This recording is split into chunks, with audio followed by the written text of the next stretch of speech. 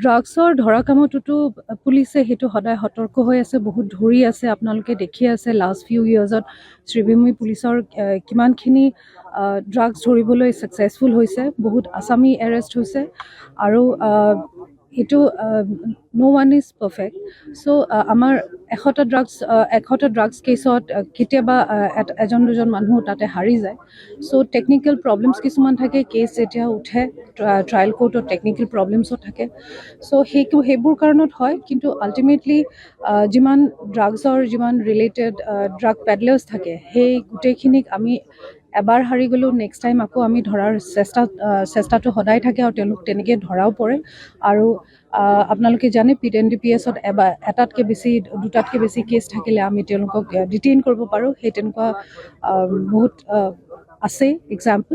চ' এটা কেছত তেওঁলোকে বেইল পালে বা তেওঁলোকে একুইট হৈ গ'লে যে সেইখিনি তাতে শেষ হ'ব, তেনেকুৱা কোনো কথা নাথাকে। যদি আমি কনভিন্স থাকোঁ যে সেই আছামীয়ে ড্ৰাগছ পেডলিঙত ইনভলভ থাকে, we can take further cases.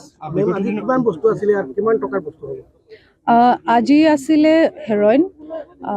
Heroin আছে।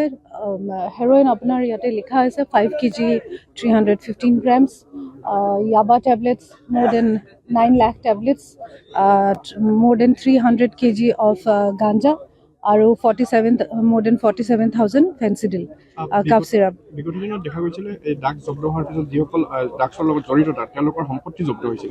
আপুনি অহাৰ পিছত এনেকুৱা আমি সেইটো চেষ্টা চলাই আছোঁ, কাৰণ যিহেতু ড্ৰাগছৰ কেছ কণ্টিনিউৱাছ পুলিচে কেছ লৈয়ে থাকে, তেওঁলোকো বহুত মানুহ ইউজ কৰে যাৰ নামত কোনো প্ৰপাৰ্টি নাথাকে। তেতিয়া আমাৰ সেইটো অসুবিধা হয় এছেটছ চিজ কৰিবলৈ।